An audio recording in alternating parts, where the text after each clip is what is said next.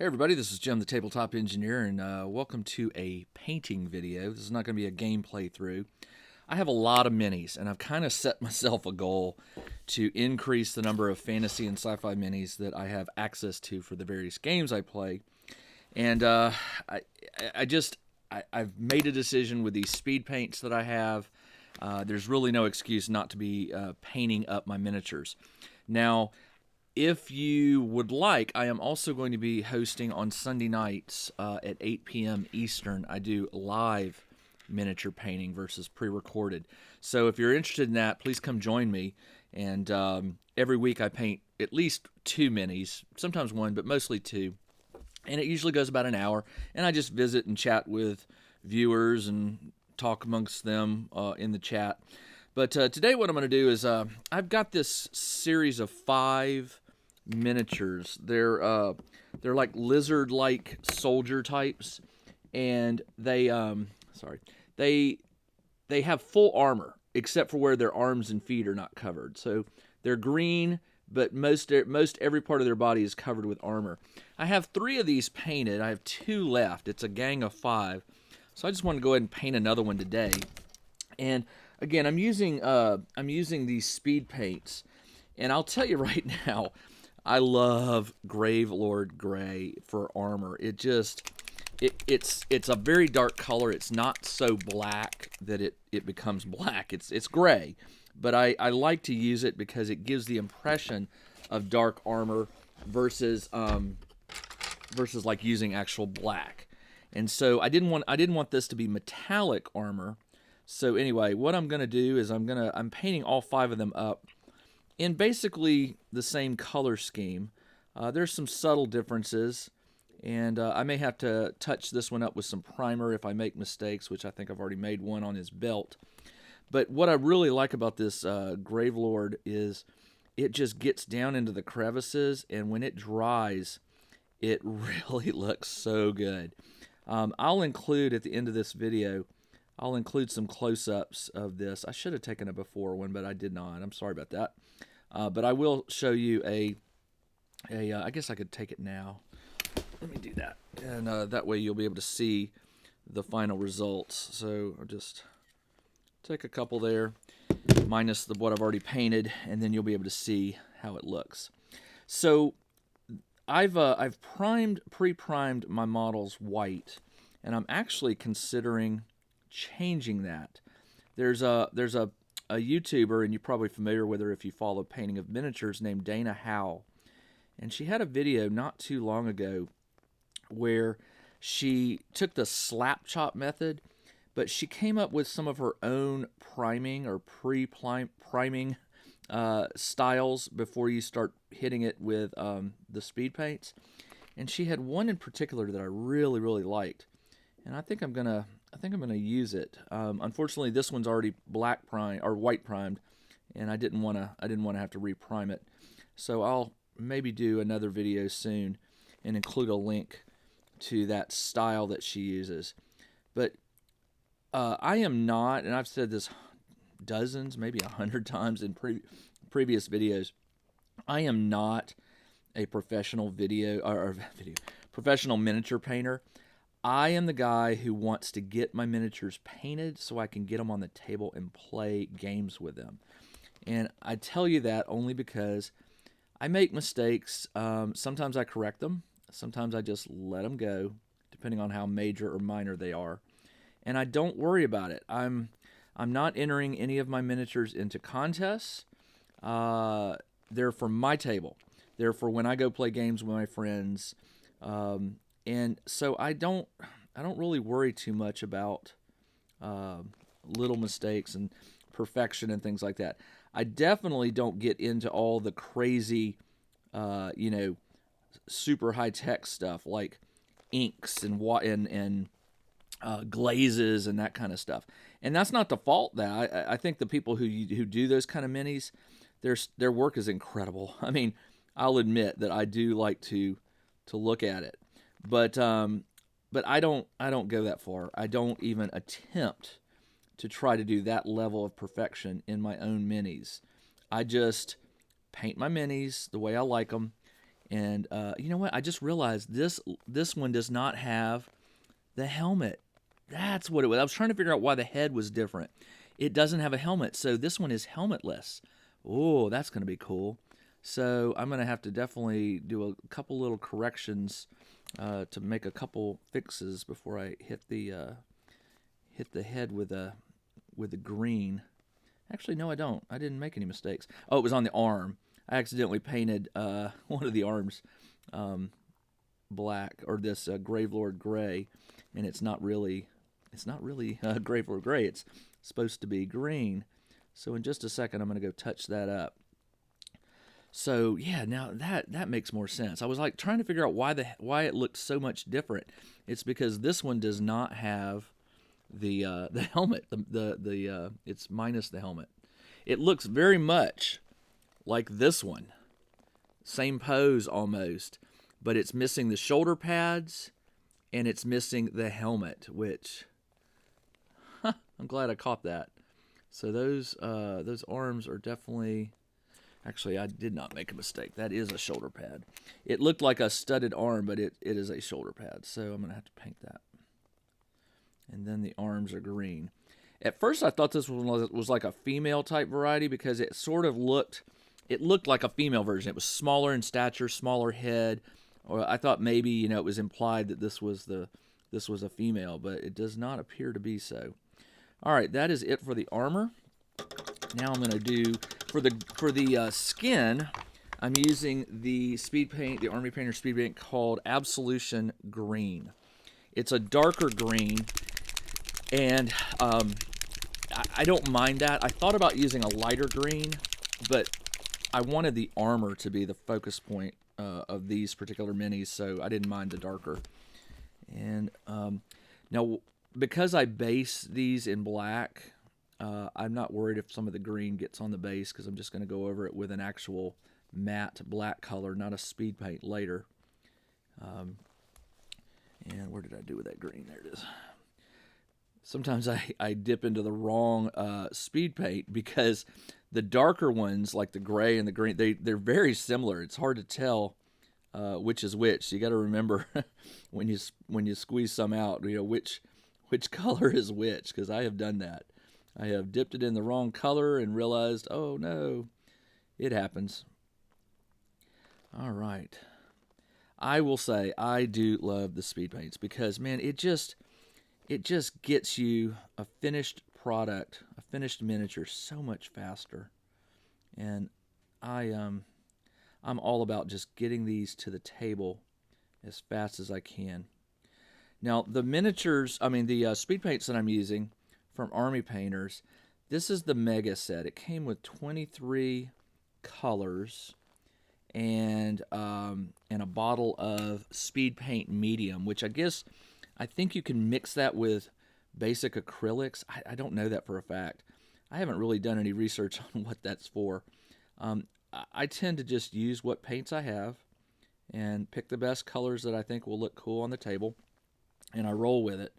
And I guess maybe I should look at using that stuff since I paid for it. It's a bottle called Speed Paint Medium, so I need to look into that and see how you would go about using that, because that would be kind of cool. Because there are colors that I don't have in the Army Painter Speed Paint range, and that's unfortunate. But I also saw a video today by Dana Howe, which talked about they're going to be releasing. Don't hold me to this. I think 42 something, maybe more than that. New colors. I don't know when. I do know that they're testing them with a group of like paint beta testers. You can, if you go to Army Painter, the YouTube channel, you'll see that they've got this group of people who are helping them test their new colors and stuff like that. And these are people who paint a lot. I mean, paint a lot of minis, and I think that's great that they're doing that, because those are the people who are going to be able to actually comment on, say, the quality of the paints versus I didn't do his hands, the quality of the paints and their effectiveness. Whereas if they asked me, I'd be like, well, it looks good. I'm not much of a, I don't talk the talk. I don't know the lingo of paints and all that good stuff. I just, if it looks cool, I'm like, yeah, it looks great. And so I don't have high expectations when I paint my minis. I just want them painted so I can get to playing with them. All right, here we go so far. And again, the paint is wet. It's going to take a little while to dry. It's very cold in my basement. That's why I'm wearing a hoodie and a leather coat. It's cold down here, so I think it's going to take just a little while for these colors to dry. But that's the nice thing about the speed paint is, once I put the paint on them, I usually just let them sit for a day or so, and then I hit them with a coat of clear varnish to protect the paint.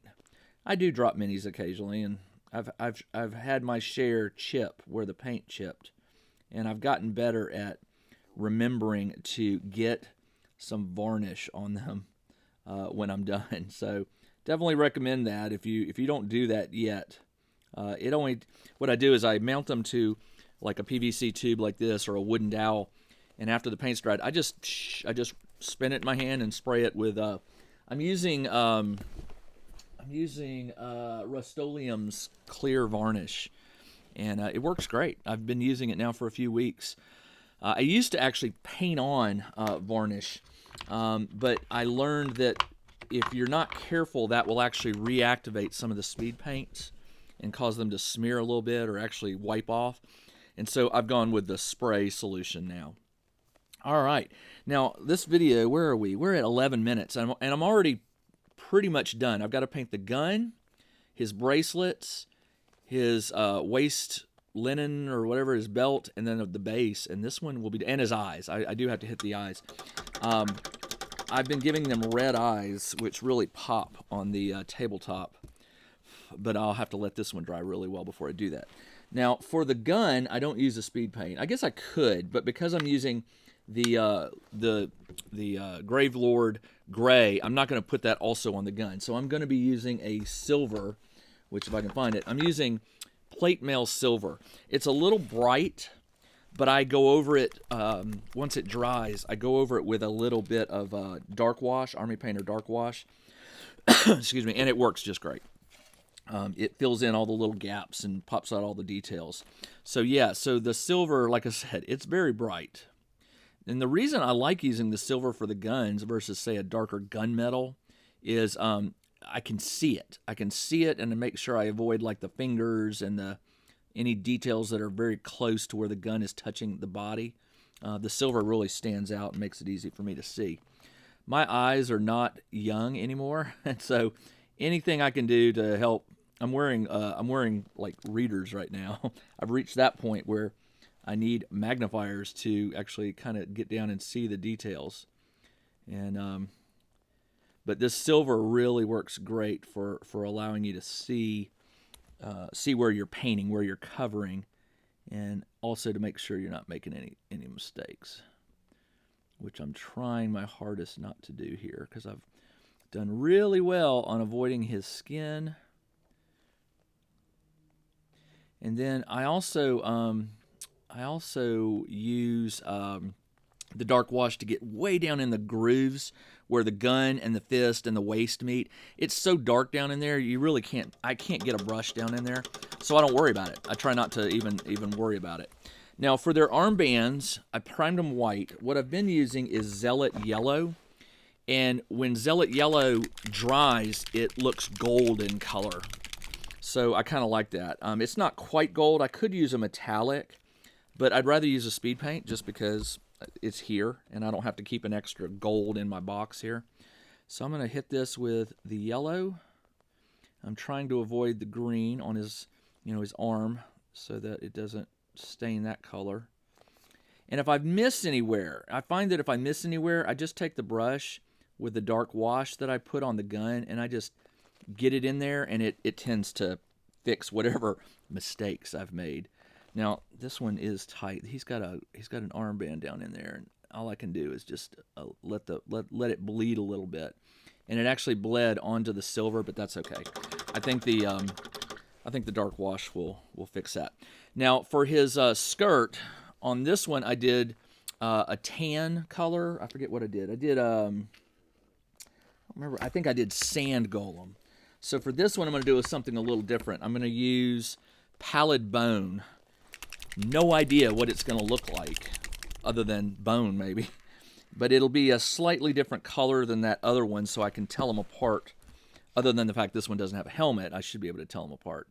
So yeah, this one is definitely, it's a yellowy color, but when it dries, I believe it's going to be like a sandy bone color, which is what its name is. So we shall see. But again, being able to paint a miniature like this in like, I don't know what, 15, 20 minutes, you can't beat that. Now granted, there's dry time, so I'm not including that.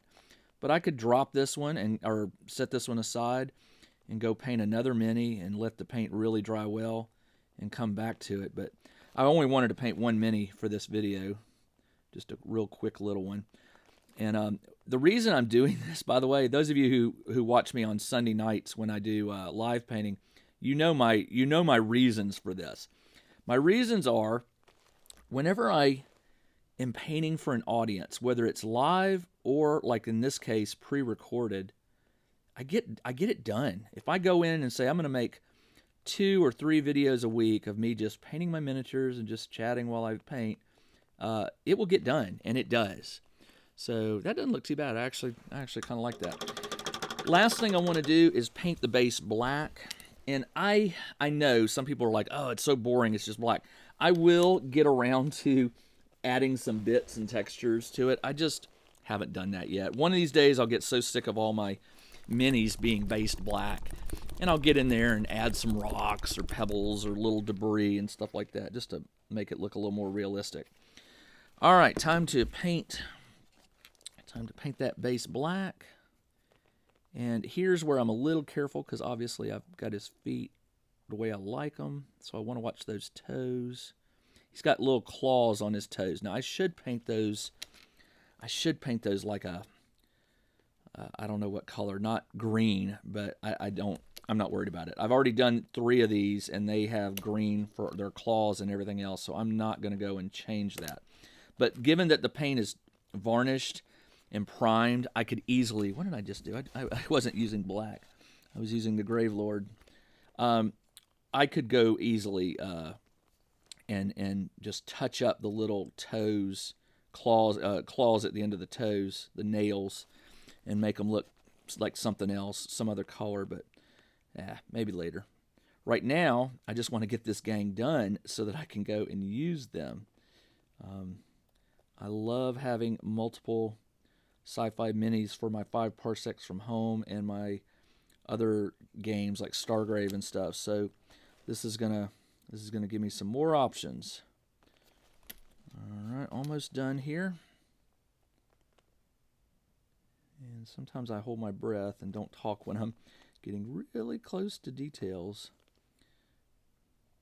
And I just noticed there's a piece of flashing on his toes that I forgot to remove, but not too late now. I mean, I could pull it off and repaint it, prime it, but I'm done. I want to be done with this one. All right, so the only thing I have left is to paint the red dots on the eyes. And let me go get that red paint real fast. Hang tight.